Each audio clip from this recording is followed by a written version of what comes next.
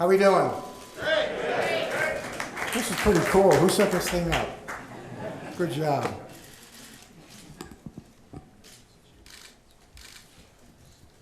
Coach was helping me out spell the Beavers over there when that was going on. That was pretty good stuff. I think I mentioned this the other day, but just in case you missed it, it's a great day to be a Beaver.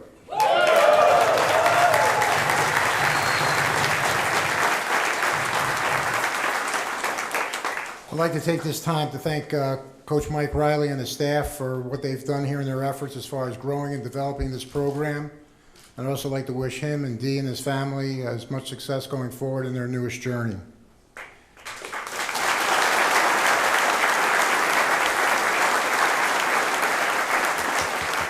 At this time, we'd like to introduce Jeff Lulay and Tanner Karp from our student spirit group, Beaver Dam, speaking on behalf of the OSU student body for a special message to Coach Andersen. Come on up, guys. Let's give him a hand.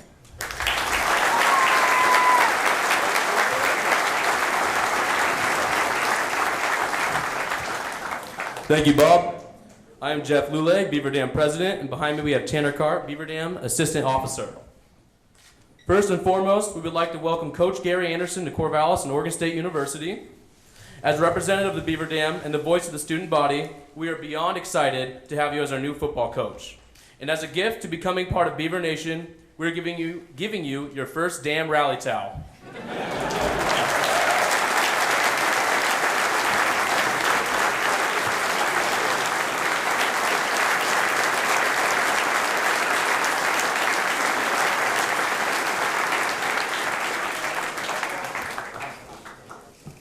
This towel is for your office to remind you that we are going to rally with you. We're going to be loud, we're going to be orange, we're going to be united, and we're going to be loyal. And we're always going to be behind you. Like, really, we are actually right behind you, our student section. So, we are excited for our student section to grow as you are helping our whole football program grow. So, thank you. Go Beavs.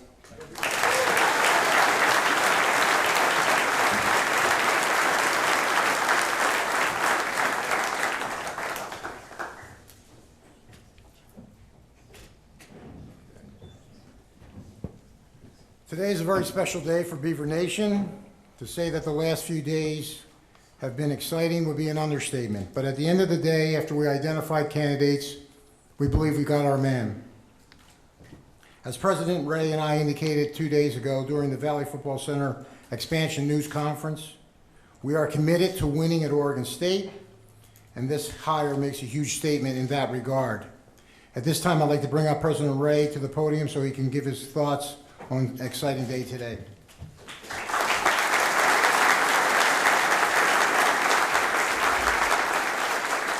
Good afternoon. I'd like to welcome you all here for a typical sunny day in December in Corvallis. For those of you who were here Wednesday, this is kind of getting to be a habit. I'd like to caution you, though, that we may not do this on an every other day basis, so I understand we're taking Sunday off. It's great to be here with each and every one of you. I want to first welcome Coach Andersen and Stacy, who you'll hear more about later, to campus, and I very much look forward to meeting their sons, Keegan, Chasen, and Hagan, and really welcoming the whole family to Beaver Nation. You are now part of a wonderful community that's committed to inclusive excellence, and I hope you get that feeling as you meet people in your travels today and over the weekend. Today is a very important day at Oregon State University, not only for OSU athletics, but for our entire university and all members of Beaver Nation. As you walk around today and hopefully this weekend get a chance to see the campus, you'll see evidence of a remarkable transformation that has occurred here over the past decade or so. You'll see our dedication to our student athletes and to all of our students and their success. And you will witness our commitment to excellence in everything we do. Being good is not good enough. Everything we do at Oregon State University is about being excellent in service, impact, and leadership. Hiring Coach Gary Andersen to be Oregon State's head football coach tells everyone that we are committed to competing at the highest possible level, that we are committed to investing in our football program, in the facilities, and most importantly, in our student athletes to succeed in intercollegiate athletics and in life, and that we will win the right way, the Oregon State way. Make no mistake, with the hiring of Coach Andersen, I assure you that we are all in taking the next steps to win big games and conference championships. And to any doubters, I want you to know that when you come to play Oregon State anywhere, and especially here in our house, you better bring your A game or we're going to kick your butts.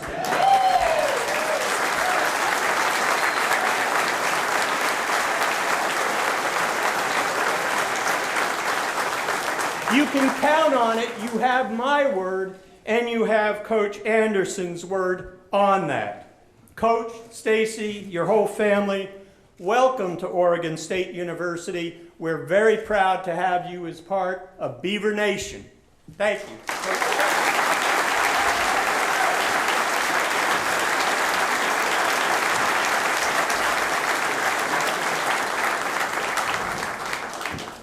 Thank you, Ed, for those thoughts.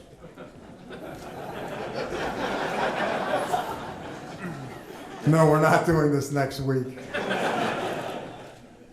So I've been in administration and athletics for over 35 years, and I might not be the sharpest tool in the shed, but what I've learned is that if you don't have leadership at the top and you don't have a president that's supportive of you, you've got no chance. And we've got a guy that has been very supportive of us over the years and has put his neck out for this day today, and we're ready to go. So Ed, what we'd like to do,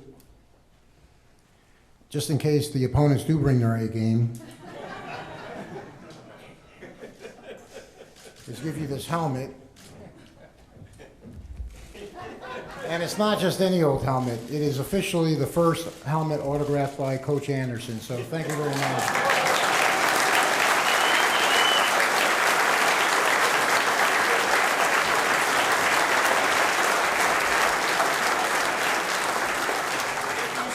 Going into the game, go home. So let's hope they bring their B game so you don't have to wear that.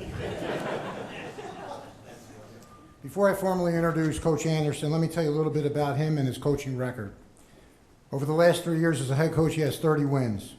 His student athletes have achieved 121 Big Ten and WAC Conference academic all-conference honors for the last 6 years. He's been a Conference Coach of the Year. His teams have been ranked in the top 25 the last 3 seasons.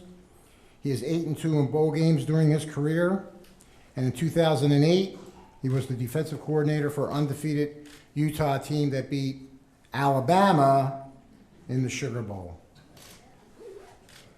And just as an aside, I usually do the scheduling for football, and I remember your third year at Utah State, they had an opportunity for us to schedule them. And they were 7-6 that year. And before I go to the coach on anything, I take a look at the tape, and I'm looking at this thing, and I'm like, no way we're scheduling these guys. As you can tell, we have a great football coach to lead the Beavers forward. He is successful on the field, and just as importantly, his student athletes are successful off the field, in the classroom, and in the community. He is a man with integrity and someone who I believe will be embraced by Beaver Nation because he is a great fit, a quality person, and shares our values. The other day, going through the office after it was announced, after our press conference that Coach Andersen would be coming to Corvallis, one of the staff stopped me and said, "So, are you happy with the hire?" And I said, "Happy? I'm pumped. I'm stoked. I'm amped. I'm psyched. I'm excited." Yes, you could say I'm happy. Ladies and gentlemen, the new coach of Oregon State Beavers, Gary Andersen.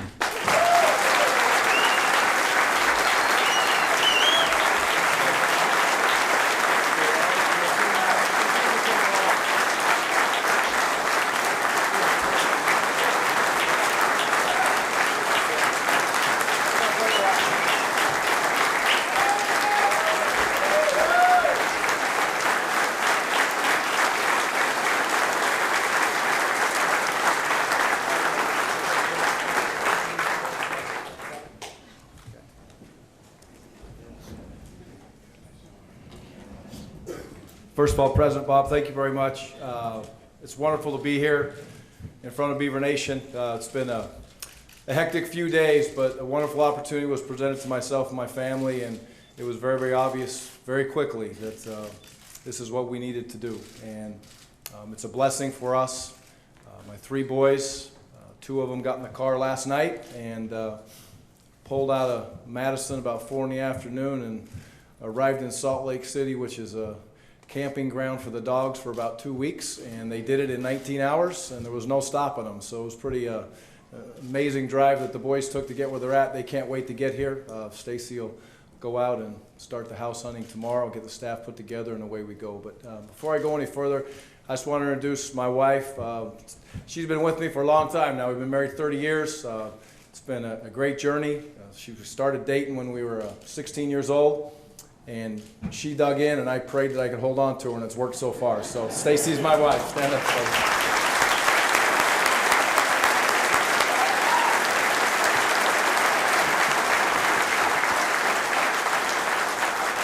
But when you get in these moments, first of all, it's you get a lot of emotion when you ride over on a plane, and you try to gather all the information you can. And when you start these journeys, it's so important to look at really just a few things that are important, and you got to get your ducks in a row. First and foremost, for me, it's the kids in the program. What did I say? Bad idea. Go Beavs! Yeah, don't scare me like that. Yeah. I did see an O out there in the parking lot, and that irritated me, so we'll be all right. But it's important to get in a row. So you look at it, and you look at the kids, and you sit back and you say, how can you let the young men in the program and the young men that you want to be in the program, how can you get them to feel comfortable? And the word has got to go communication. So right now my challenge is young men are going home for Christmas, which is great, tremendous opportunity for them to leave today, yesterday, whenever they were moving home. I know there's still a few of them left. A few of them are here. I appreciate you guys being here.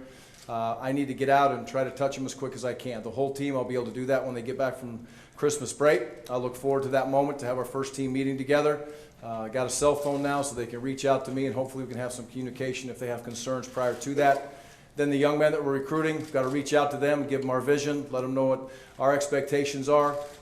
It's a tremendous place. They got recruited prior if they're already committed, so they know it's a great place. They know more about this place than I do right now, but in my few short hours that I've been here, it has everything you need to be successful. And successful for me, for a student athlete, is just really 3 tiers. Simple process. You break it down and you look at them from an academic standpoint, and the goal for every young man academically is to get a degree. But in today's world, in my opinion, a degree is just, it's not enough. You've got to be able to have a degree in something that allows you to take care of whatever you're going to create as you're going through life. And if that's a family, if that's a wife, if that's taking care of a family member, or just simply taking care of yourself, I want them to be able to wake up in the morning, have a smile on their face, and be able to go to work and be successful.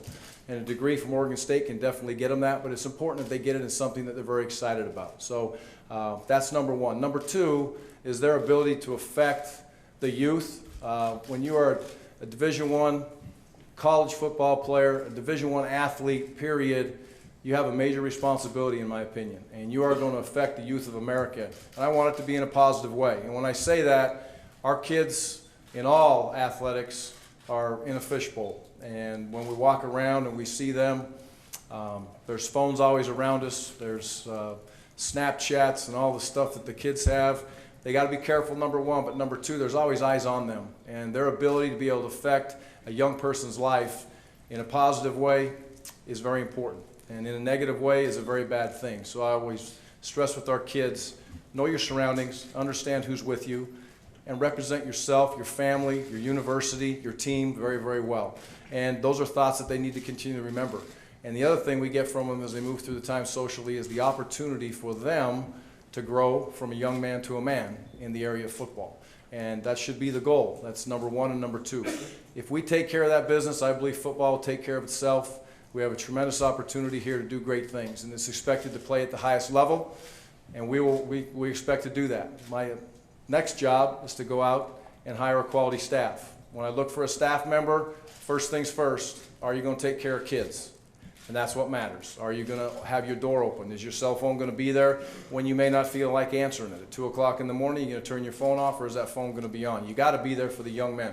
It's all good. It's all fun when it's easy, just like when you're winning, okay? It's all good. There's not a lot of conflicts that come your way. But when you run into bumps in the road, you drop a game, a kid has a problem at home, he has an issue with the class, that's when you need to be there for the young men consistently. So that is what I look for in a coach. The X's and O's are important, yes it is, but that's what a coach should like to do the most. And he should love to put himself in a position to be able to make a better football player, but the challenge is to make a better young man first. So that's something I'm going to work very hard on in the next couple of weeks here. I want to get it done as fast as I can, but I also don't want to rush through the process. I want to make sure that when you're at a university like Oregon State, you got a tremendous chance to hire some of the best in the country, and that's what I'll go out and do my best to make sure I do, to put these kids in a position to play at the highest level, and quite frankly, to put themselves in a position to win a championship. If you're not fighting to win a championship, if you're not fighting to go out and win the Civil War, then you're in the wrong business, in my opinion. So we're excited about doing that, moving forward. It's a great opportunity for us. Let me talk a little bit about the football side of things. Our beliefs on, as a whole, as a program, is to be aggressive in everything we do. We want to take the field aggressively. We want to play better in the fourth quarter than we did in the first quarter. Okay? We want to attack the classroom aggressively. We want to attack our social lives aggressively. So as a program, that is a goal. We want to be aggressive in everything that we do. We want to play great defense. Our plan to win, our number one goal, and the offensive coaches many times don't like it, but our number one goal is to play great defense. Offensive coordinators always look at me and say, well, why not great offense? Well, to play great defense, you have to play great offense first. You have no chance. So that's important. We want to take care of the football. We want to score in the red zone, and we want to make sure that we control the fourth quarter and put ourselves in a position to be able to win the game. So offensively, we want to open it up. We want to be in a position to be as fast as we need to be and as slow as we need to be with the tempo that we play. It won't be fast break all the time, but it has the opportunity to be fast break. It also has the opportunity to be slowed down and control the tempo as we want to. We want to be able to throw the ball as much as we need, and we want to be aggressive in the throw game with all three phases. I don't want to get too technical with you, but we want to be able to throw short and deep, and we want to stretch the field from side to side. Same thing in the run game. We want to be able to run the ball down the middle and be physical with you. We also want to get the ball to the edges of the defense to cause issues and make them defend the whole field. And then lastly, we want to be able to put ourselves in a position with the quarterback that the quarterback has to be accounted for in three ways: with his arm, with his legs, and with his mind. And it's important today in college football that we're able to do that. I truly believe that as a defensive guy that has to be part of the offense in today's world. And then just play quality team defense overall. Special teams, it's a big part of it. We'll put a heavy emphasis on special teams. That'll never stop. It's not just getting by on special teams. Again, it's about being aggressive and changing the game in our favor. But again, without talking too much about football, I know there's a lot of questions that want to be asked, and I'll be happy to answer all those questions as we go through. But I just want to say again, we're truly blessed as a family to be here. There's fits in life and there's opportunities that come your way. And when you see a fit and you look at it and you get that feeling, at least what I believe I'm told where to go, and I believe I get the feeling, and that's telling me where I'm supposed to go, and there's no doubt that this is where I'm supposed to be. It's been a wonderful first 3 or 4 hours. Excited to keep ourselves moving forward. It's just a blessing to be here. Promise you on that. So go Beavs, huh? Here we go.